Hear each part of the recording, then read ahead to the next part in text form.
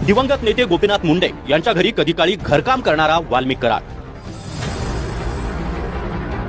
आता करोडोंचा मालक असल्याचं समोर येऊ लागलाय।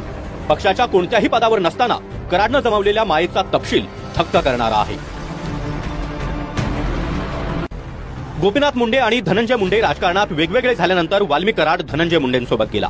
तेव्हापासून परळीत कराडला प्रति धनंजय मुंडे, प्रति पालकमंत्री अशी बिरुदं लागली।